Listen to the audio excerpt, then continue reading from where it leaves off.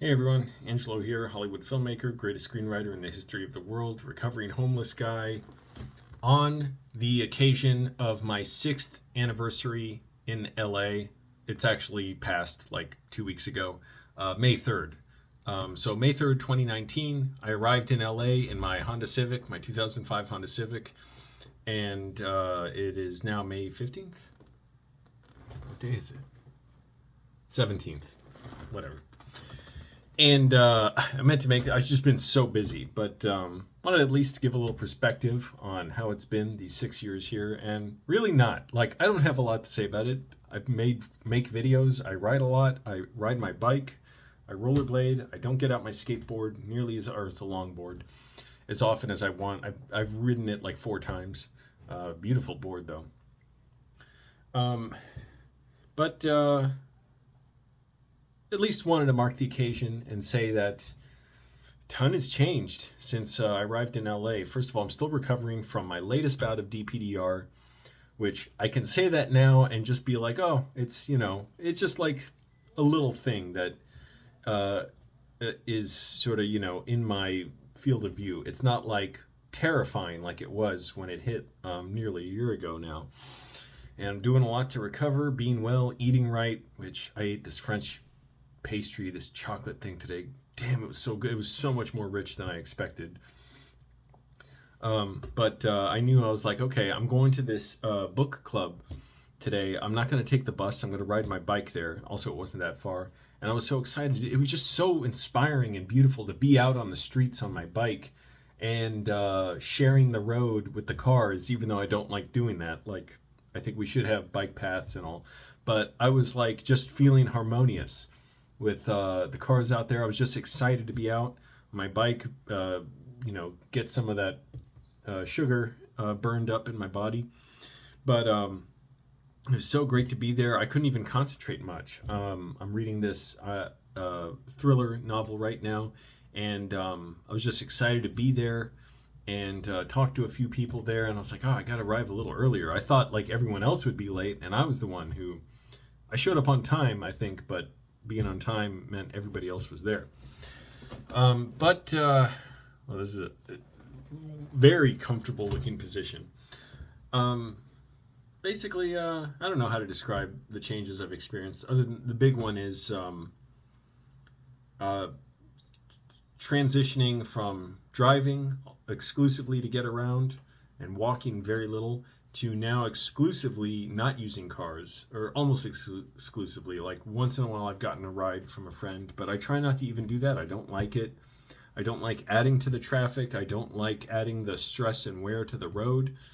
And I like being connected to the city. And when scan your tap card and take the bus or the metro, even though I didn't today, like I said, I rode my bike, you're adding to the demand for public transportation in LA, which thankfully the funding has been steady, even though Mayor Karen Bass has made an awful, awful choice to slash LA Department of Transportation's budget and other departments that are related to street safety and street like signals and transportation projects, which it seems she's been like directing Metro not to actually build the like bike lanes and bus lanes in is in the like proposals they're supposed to be building them.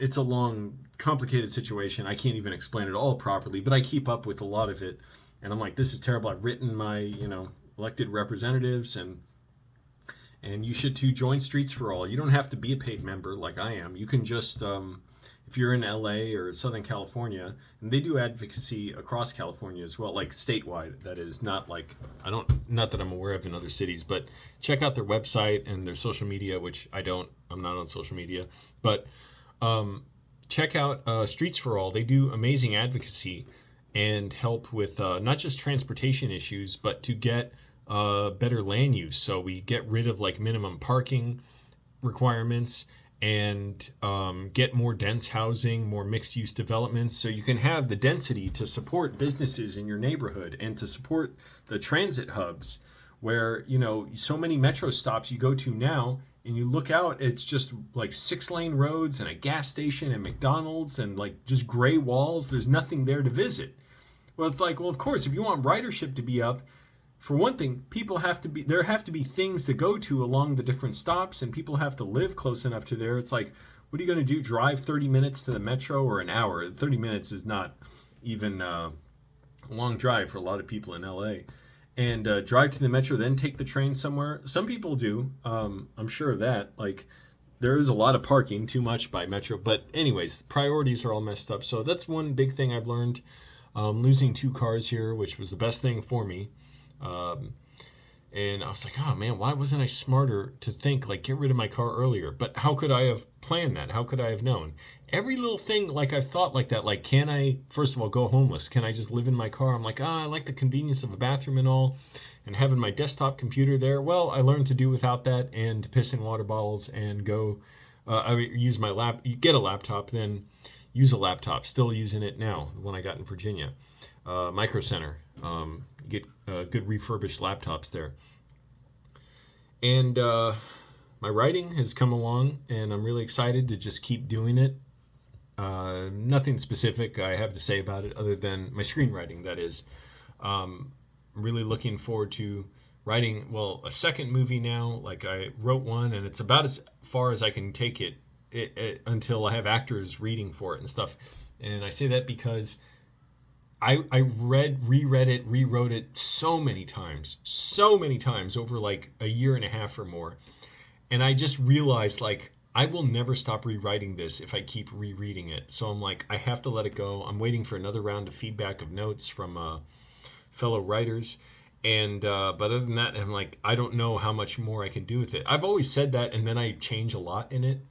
But I'm just like, I'm going to constantly change stuff. I'm like, it's more or less what I want it to be. And if I feel like, if I'm, you know, having actors read for it, that it needs to change, we can change it there, because it's going to have to change anyways at some point in the shoot, I'm sure. And there was a lot of stuff I already changed to make it cheaper to shoot and simplify and reduce characters so you don't have to cast as many people. But it also made the story better. It's like, oh, you have one person you're following these multiple arcs on, as opposed to 3 different people. And it made it hard to follow and care. And that's what I learned with the feedback I was getting. So that was really helpful. And so, you know, it's like pulling off the veil of a lot of illusions that I have on my writing.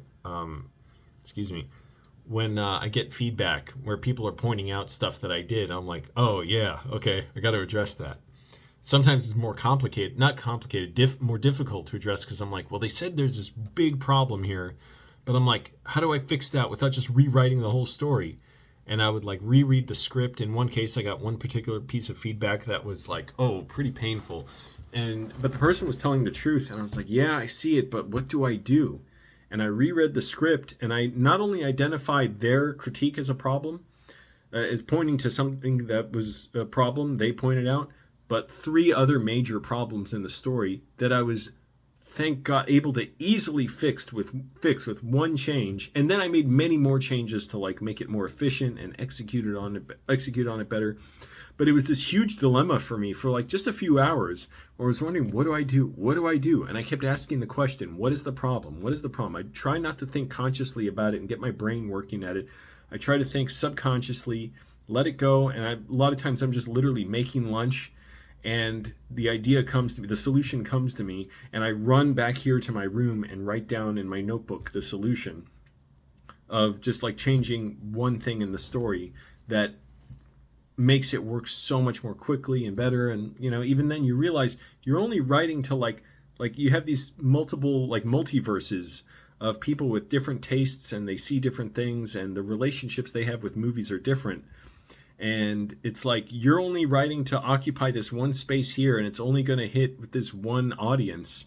So you have to realize that, or at least for me, I'm not like, it's not going to be like Mission Impossible, where it's like obviously going to have a broad appeal. I'm like, no, this is very specifically for an audience that is hungry for this and wants a particular kind of story that I'm into and that I want to see and that I want to tell. And all this stuff is inspired by my life, but I say it's not what happened, it's better than what happened. It's not my life, it's better than my life. Well, kind of repeating myself.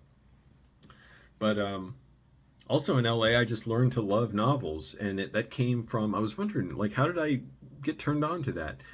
There was a bookstore by where I lived in Koreatown, which I miss. And riding through today through sort of the Hollywood area, I missed all the density, the high rises and stuff, all the people out. I'm like, ah, God, out here in more on the west side, it's a little more quiet, and I missed all that activity. But I was walking past in my neighborhood. There was this Korean bookstore. Was he? I think it was maybe a Korean Christian bookstore. I don't remember. And they had this like tray outside of books they were selling, and I would regularly see the volume one of Sherlock Holmes out there. And finally, one day I bought it for like $3, and I loved it. And I was like, oh, these are so exciting and so good. And it started turning me on to more of these stories. And now I'm just buying books left and right. So the books that I've already read. I finally had a lucid dream the other night. It was so thrilling. I couldn't believe it. It was like bliss. It was amazing. And some books over there.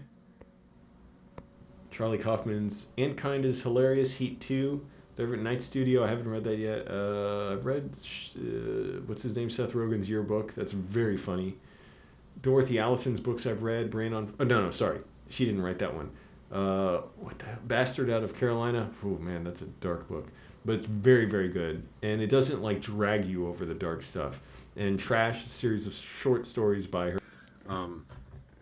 Now I know she's one to look out for, like to read everything she's written, and I want to read Bastard Out of Carolina again. That was really good.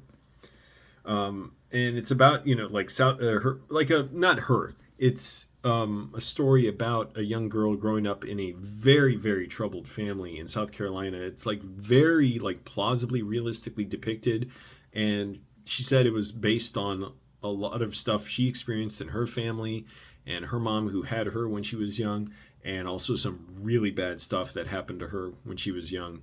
And it's just incredible, and testament to the power of storytelling. And I wouldn't necessarily be into a lot of like, I don't know, I like the fast moving, even though John le Carré novels, which I love, they're a little, you could call them slower, but I'm not big into like, I don't even like to say which books I don't like, because I realize people get so angry, but books that are well renowned but are like a lot of just what the character is thinking, I'm like, it's not for me. I like a story to move.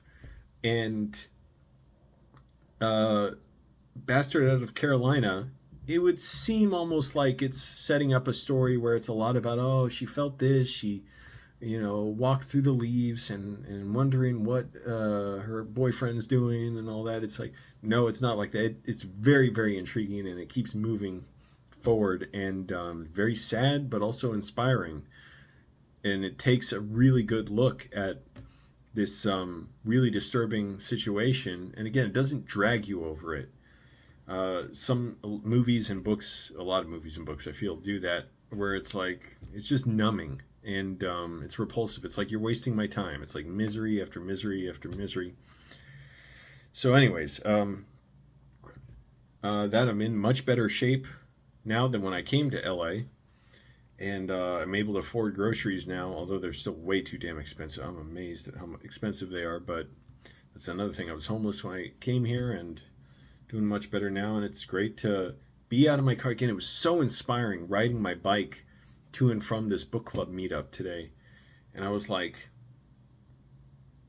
I don't know, I forget, but it was just wonderful to experience, and I'm like, oh, this is so great. And there's stuff like that to do in Virginia too. It just, for me, I love it here. I love the weather, I love the big buildings, and we got to fix the streets, make more bike friendly streets and all that, and make it a livable city.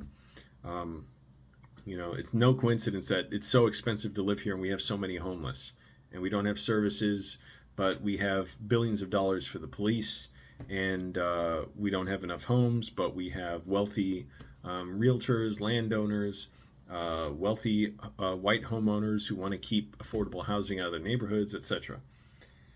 And I've just connected with so many people here. I'm like, that's a great thing about being outside of my car. It's even depressing getting in a car, being sealed off from the world. I don't even want to do that. I love taking the bus. Love taking the metro. It's got to run more often. We got to pay the bus operators and metro operators more to hire more. Excuse me.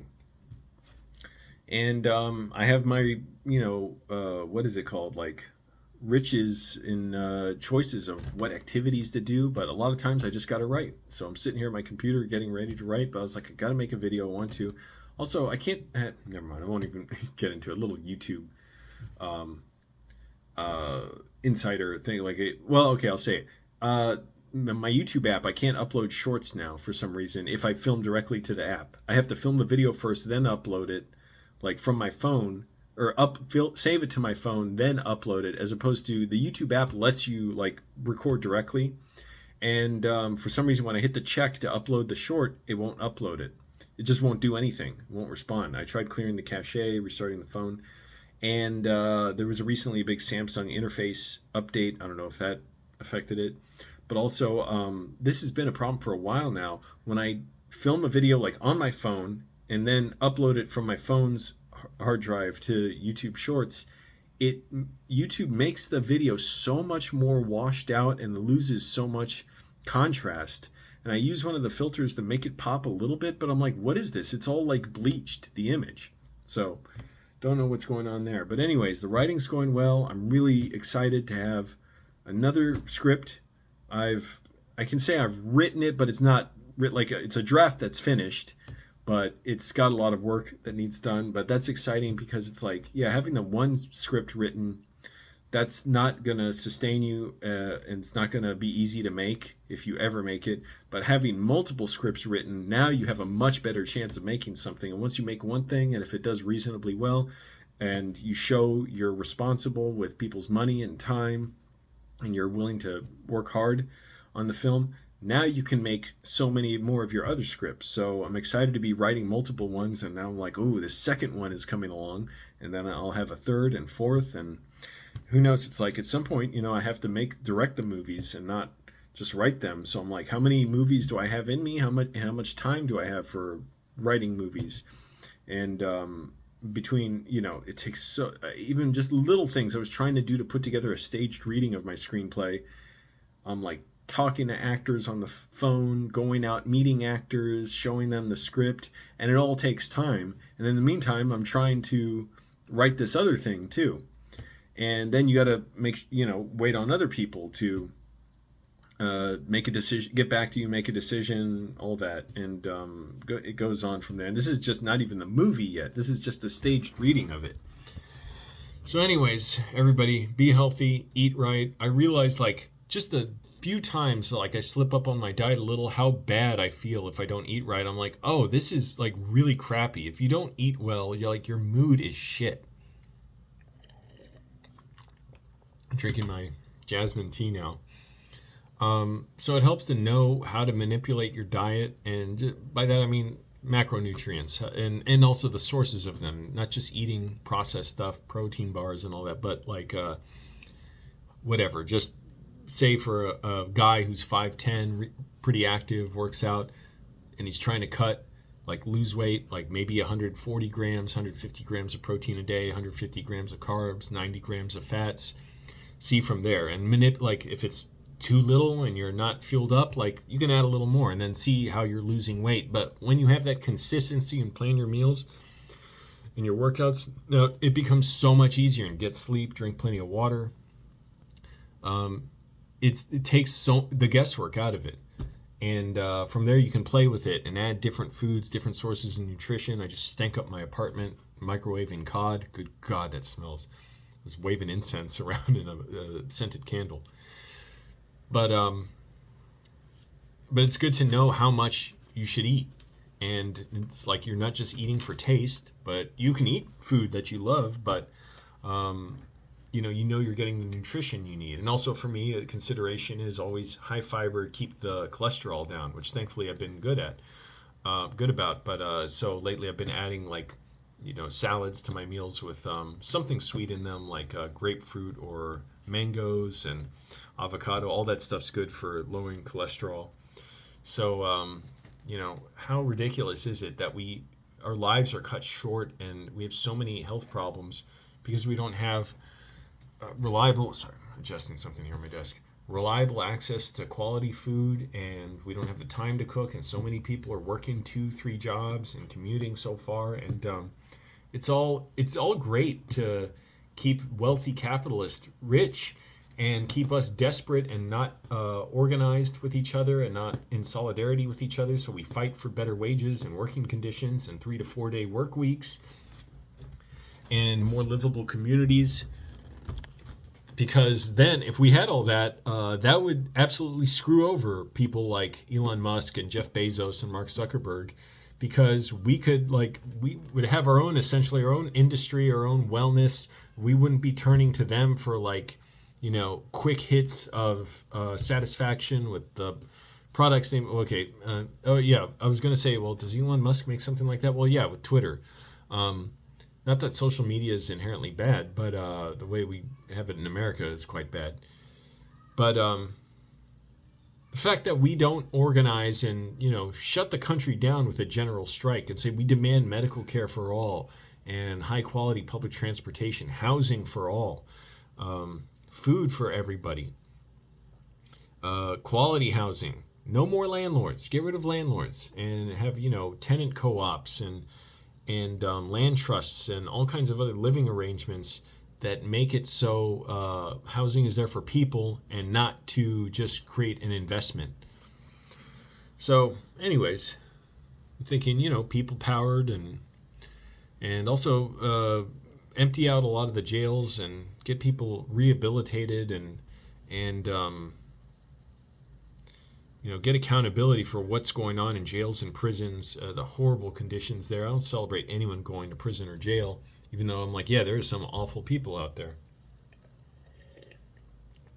But we have a better system, and if it's not just like, oh well, we just happened upon this system because people thought it was best. It's like, no, wealthy people benefit from it greatly. Like the prison corporations make billions of dollars off it. Weapons contractors make billions off of war, etc. So anyways, be organized, talk to each other, get out of your cars and get on foot, get on the bus, metro if you have one in your area, bike, scoot, motorcycles. By the way, I've seen so many motorcycles lately. I'm scared of riding them, but I'm like, those are a great alternative to cars. Like, be safe if you ride one, but it's much more affordable than a car and takes up so much less space, and it's so much more fun to ride. Now, it's dangerous, especially with all the drivers out there who shouldn't be driving, but we've overbuilt our roads, and that's what happens. So that the last step in that process of getting out of your cars is advocate for more walkable neighborhoods and bike paths and bus lanes and streetcars. We should have more streetcars all over LA. We could have streetcars getting people around, attached to metro systems, and buses can be like the feeders that feed people onto the trams and metro routes, as opposed to buses being like the primary method of public transportation in LA, and they get stuck in traffic every day.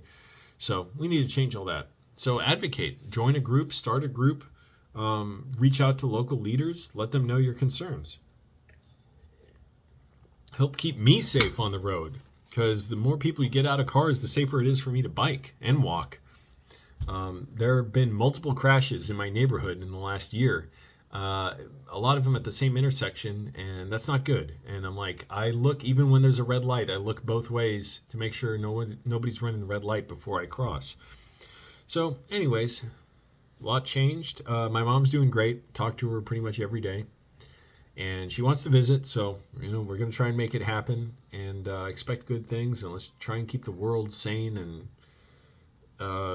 end our wars, get out of these wars, free Palestine, and decolonize and all that, and have like goodness, and have art and culture that's available for everyone, and let everyone be able to pursue their own passions and desires, or no desires if they want, be able to relax and have some free time in their life.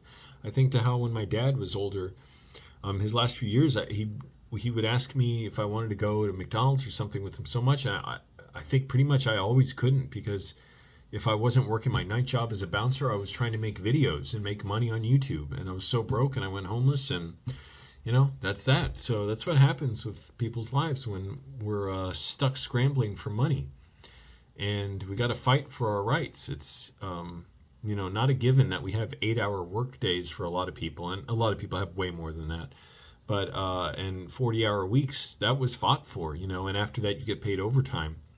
So overtime rate, if you don't know it. So it's like 1.5 times your hourly rate you're supposed to be paid. None of that's guaranteed.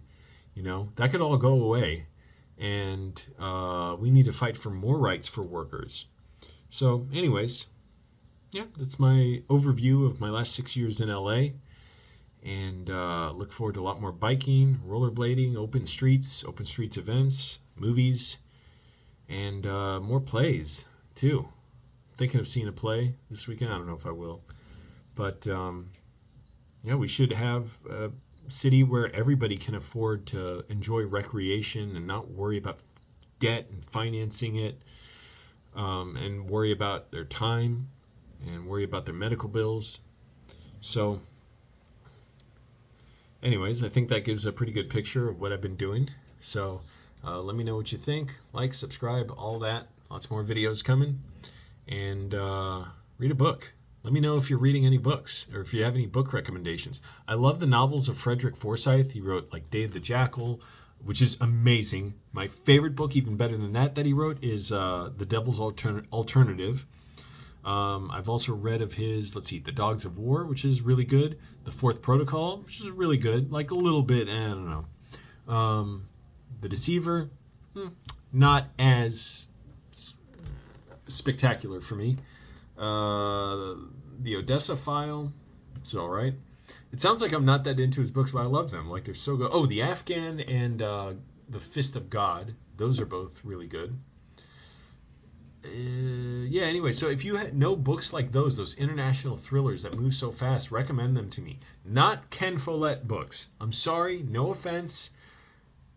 I read one and then I started reading another, and they're like too sort of trifling for me. I'm not putting them down. I'm just saying, for me, too light, too airy, and it's like, I want power. I want to know, these characters care desperately about what they're doing. He's good at weaving complex stories that tie together in the end, but I'm like, they each need more power in them for my tastes.